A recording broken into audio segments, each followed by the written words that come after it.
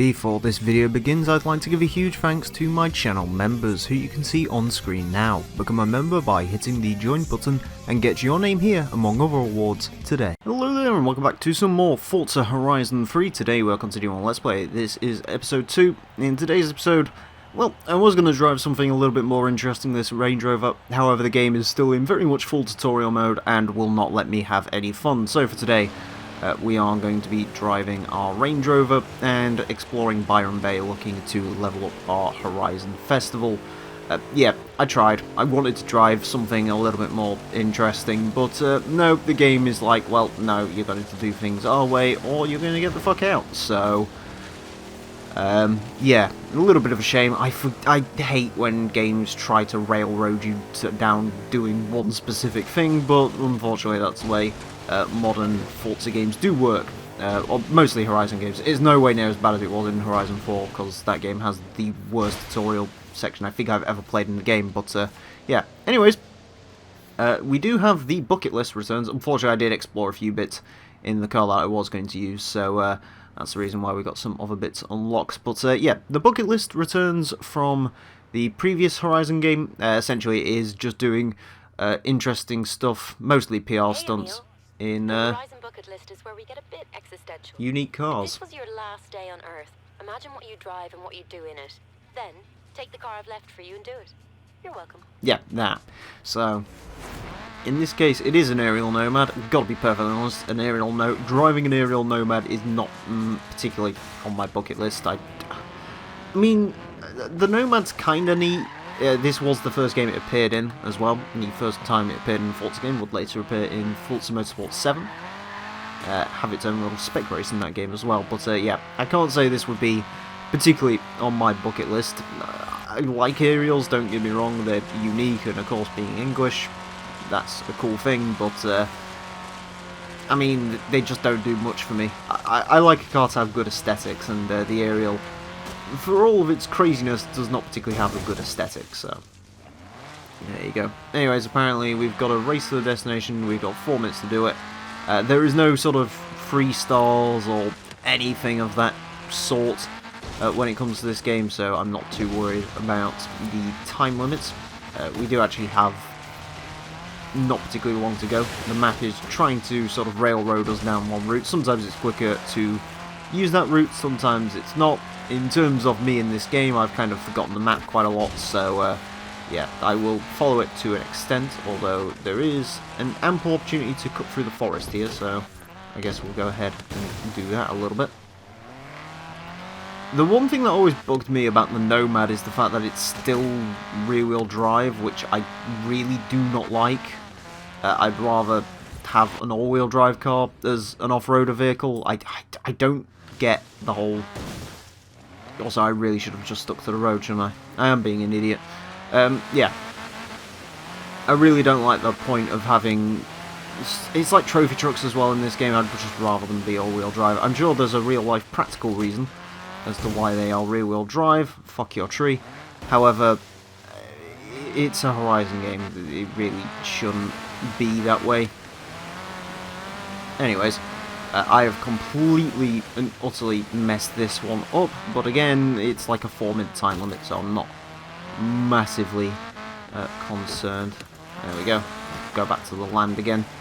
So yeah, I guess that showed off, much like in Horizon 2, that was the first Horizon game to do it. You can go ahead and explore and go wherever you want. There's no real limits to where you can explore. There's a couple of invisible walls here and there, a couple of barriers around the edges of the map, but other than that, it's all pretty easy to jump from one place to another. You can drive through forests or deserts or what have you.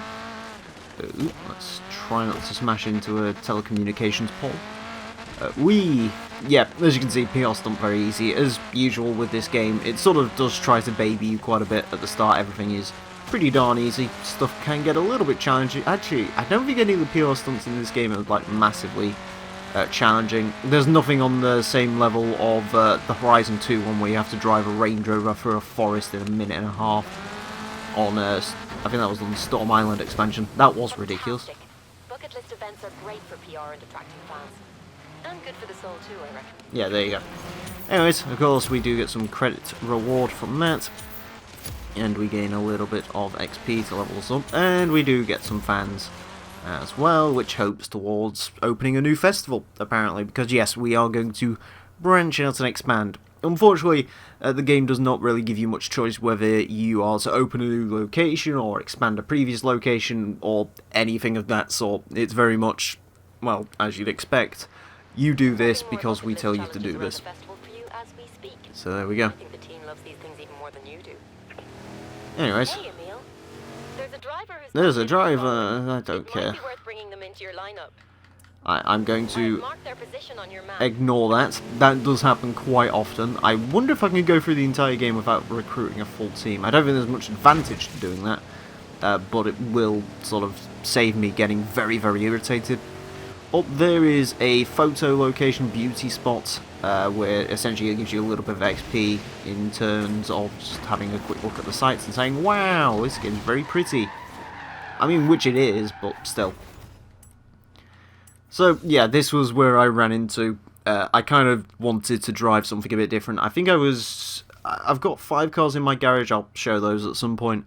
And I wanted to drive one of those instead of the Range Rover, but the game was like, no, you're driving the Range Rover, so there we go. Anyways, we have a cross-country circuit, so I guess it is better to do this in the Range Rover than anywhere else, but there we go. Ooh. It's me, the Bentayga. I mean, the fact that I'm in the Bentayga is very good. I love the Bentayga, probably my favourite SUV, maybe of all time. I don't know why I'm so uncharacteristically a fan of the Bentayga. And we'll probably have to use that at some point later on. But yeah, it's the wrong colour. It should be that blue colour that's on the other one, that really nice turquoisey colour.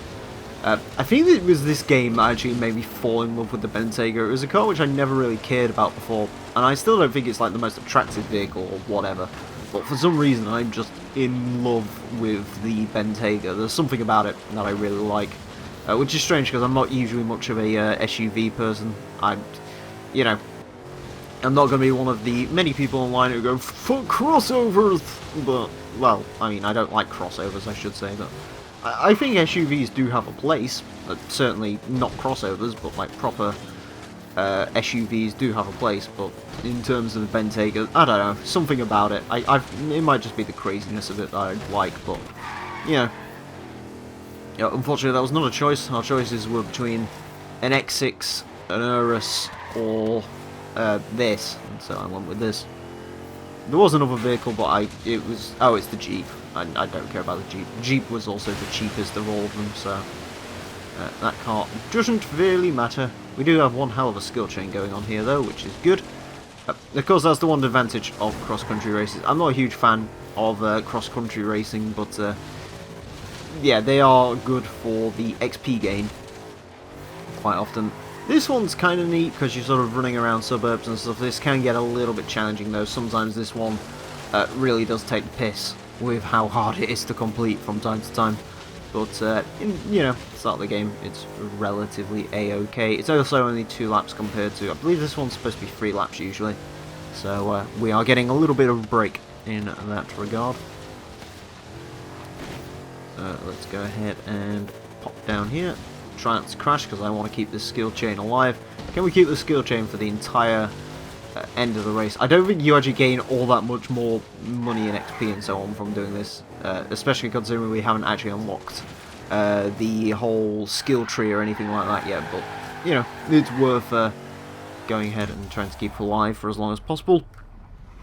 That's a nice little first place victory. Never a doubt in my mind that you'd win that one, boss.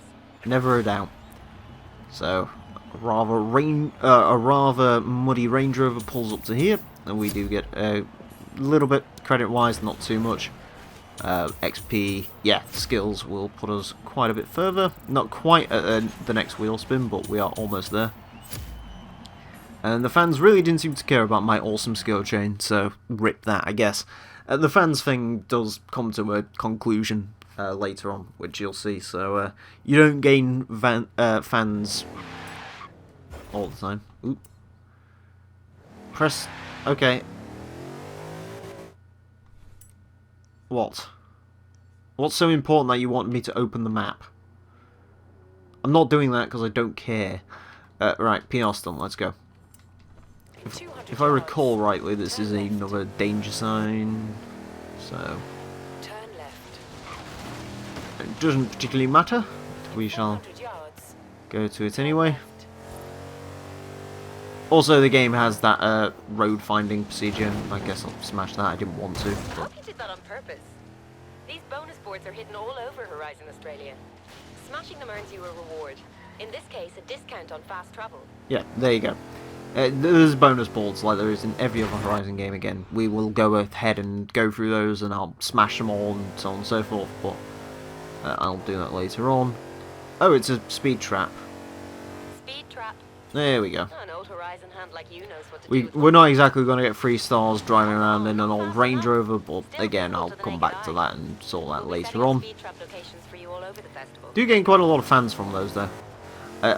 In my opinion, with these sort of later Horizon games, or more specifically this game in Horizon 4, I usually, if I'm playing through this and I'm just trying to get through the game, in this LP, of course, I'll do everything that you need to unlock an area, but if I'm just playing through the game casually, my usual recommendation for everyone and what I do is always go for the PR stunts, always complete those, because those are by far and away the easiest way to level stuff up. They give you an insane amount of fans, they give you more fans than doing the racing does, and the racing takes a lot of time, so yeah, it's usually my recommendation to just go ahead and do the PR stunts. But as I said, with the way the level up system works in terms of this game, we shouldn't have to do that too much.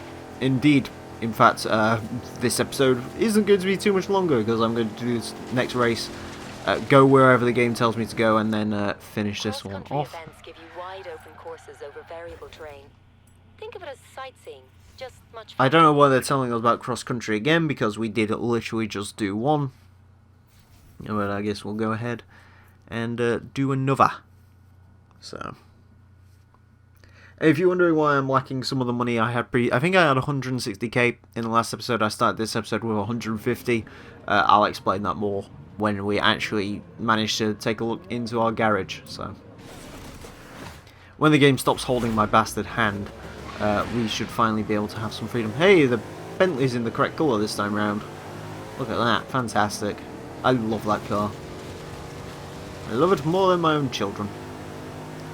Also, there's G-Wagons, there's Escalades. I think we could have used the Escalade if I got it out of the wheel spin, but I don't particularly want to use the Escalade because it's not a particularly great vehicle. It seems to be relatively popular. They keep introducing it, or reintroducing it. I believe it first appeared in Horizon 1, and it's appeared in every single Forza game since, for reasons I've never really understood, because the Escalade's always just... It's not one of those good SUVs, it has to be said. It's pretty darn slow. It's also very heavy. I guess they sort of like it as like Cadillac, and Cadillacs are kind of neat, I guess, in racing games, but yeah, not something I'd particularly recommend. As far as doing this, I think the best vehicle would probably be the F-Pace, because I really like the agility that you get from the F-Pace, but again, no F-Pace for us. We have to drive big old Range Rover, and I did check, I can't even buy a car yet, so I'm very much being railroaded into this. I think before the next episode I will quickly check to make sure I actually have the freedom to buy cars and do other stuff, because I don't want to just do what I assume quite a lot of people did when they played this game, which is just sort of essentially let the game railroad them into doing what it wants them to do. I kind of want to have my own freedom. I kind of want to go ahead and show off a few different bits, because there's a few cars in this game which I'd like to show off in this game, either because they are unique to this game, or just because I want to show them off. You know, I don't particularly want to show the Range Rover off. I guess it's kind of cool because this is the final time it appeared, but you know, it's not massively interesting. Just thinking about it, I don't think I used this in the Horizon 2 LP, so I'll let myself off on that thing. Or at least I haven't yet. If I go and do the expansions, I think I have to use this on Storm Island at some point, but I think I used this for an individual Horizon 2 video back when that game was first in its swing. And I used to do those sort of playthroughs of the championships. I think I used it then, but I think that was the one episode of those that I did really very, very well. So, also as usual in Forza, several cameras to go through. I will probably use the close chase cam because that's the way I play Horizon games. I play the motorsport games in cockpit mode, but Horizon, for me, the cockpit mode is a little bit too zoomed in, and the game's a little bit too fast-paced to really make that one make sense. So, yeah, I will use sort of the outer camera. Yeah, you won again. But it was really a team effort by the two of us. Yeah, there you go. So anyways, a little bit more money to put towards buying not a Range Rover fund. A little bit of XP, so we get ourselves another wheel spin. Horizon Edition is an option here. Horizon Editions are unique tuned versions of cars which essentially have skills attached to them. So for example, the speed skills boost on this car would give us 2 times the amount of score that we'd usually get from a speed skill. So, if that makes sense in the way I describe that. Those were unique to this game, and of course they've appeared in every Forza game since. Or rather, the 2 that have come out since here, of course, Motorsport 7 and Horizon 4 at the moment. No Motorsport 8 in sight. On the second festival site. I've marked a couple of potentials. Surfer's Paradise. Skyscrapers, city streets, and tight urban racing. And apparently the waves aren't bad either. Or the Outback. Red sand, blue sky, perfect off-road terrain. And snakes that'll kill you if you even slow down for a second. So we have a choice of which new festival site we do want to go for, the Outback Festival or Surfer's Paradise. And the Outback is by far and away my least favourite bit about this game, so Surfer's Paradise it is. Horizon Surfer's Paradise. I can set everything up and get the party started. Feel free to stick around here and arrive fashionably late. Okay. Oh yeah, and before you set off, head back to the Byron Bay Festival. There's something special waiting for you in the auto show. So yeah, I think this is where the game actually lets us get a little bit of freedom. So we'll go over and explore Surfer's Paradise in the next episode. But for now, we've got to head back to the festival and see some loyalty rewards, which we do get from playing previous Forza games. I haven't played a whole lot of Forza games on this account, so I don't really know what I'm going to get. I played Horizon 2. I played Horizon 1, Horizon 2, Horizon 3 now, and Forza Motorsport 3 on this account, and that's it. So I don't expect to get a whole lot of vehicles here, but we shall see. Hey Emile, banking skill chains earns you skill points, which can be used here in the skill shop. Okay. The skill shop offers an array of upgrades and perks, which can be activated with skill points. Yes. This is the Festival Boss tab. Shut These the perks fuck allow up. you to unlock upgrades and call in favors to improve your festival. This is the Skills tab. These perks make it easier for you to bank huge skill chains. This is the Instant Rewards tab. These perks offer you instant rewards of credits, XP, and wheel spins. Yeah. So essentially, the skill points return from the previous game, but now they're segmented a little bit differently. You have 3 tabs to go through. So you have Festival Boss, which essentially lets you... what's the word I'm looking for? Essentially helps you in the game more long run. Gives you, for example, bounty driver stars from the previous game, which means you can race them for more money. You can fast travel anywhere. Get you a 10% discount on garage stuff, allow you to purchase wheel spins, etc, etc. And the big style reward at the end of this is the Bentley Continental GT. Each free tab has one specific car which is locked towards the top. If we go to the skills tab, it helps you get bigger skill chains. So for example, 20% more air, 500% more skill for drift taps, and so on and so forth. And then the final car for there is the Lamborghini Gallardo Superleggera. And then finally, instant rewards is basically instant XP, instant wheel spins, so on and so forth. This is the only one that you can unlock definitively. You can see little zeros above these. These are skills that you can buy at the end of the chain to give you sort of little bonuses. So, for example, you'll get 5% off the next car that you buy, or the next upgrade checkout is free. You buy one of those, and it's essentially one-time use, but you can keep buying them. Instant rewards do not have that, so there you go. And the final prize for all that is the Mini Cooper at the end. We do need to buy some, so we will go ahead and buy the drone, which is a new feature to this game. The drone is very useful indeed for scouting and barn finds and so on and so forth. So we will unlock that and, of course, get into that later. For now, though, let's enter the festival site and collect us some royalty rewards. Or loyalty? Royalty? I don't fucking know. No, we do get quite a bit. So we got a Rally Fighter, which is a rear-wheel drive off-road vehicle, which I'm not interested in. Audi R8, all-wheel drive supercar, probably quite useful. A Nissan Fairlady Z, not so useful. A Honda NSX-R GT, and I believe I saw a BMW M5 at the end of that list. So level 5, I believe. As a thank you for your performance in previous games, we've arranged to have some cars delivered to your garage. All of these cars are yours to keep. Choose one you'd like to take for a spin now.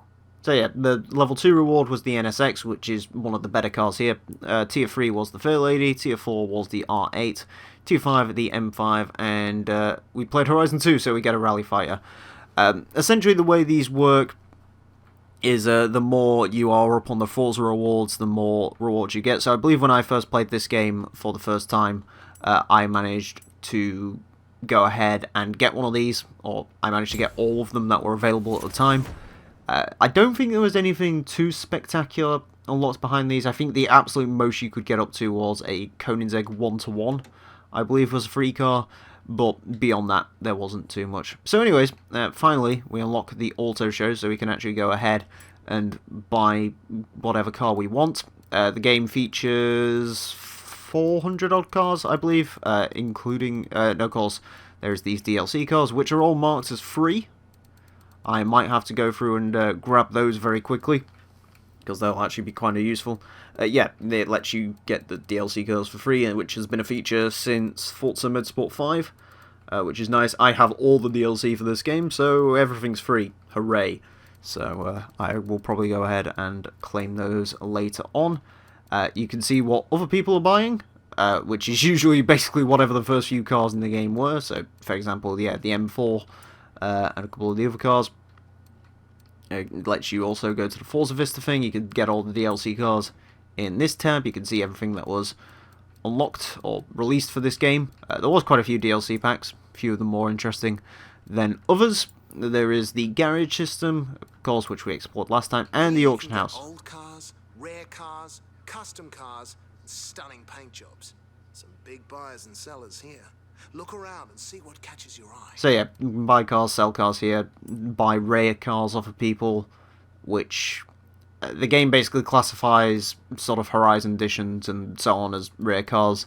I don't think there'll be anything too interesting in here, also barn finds anymore, but there you go.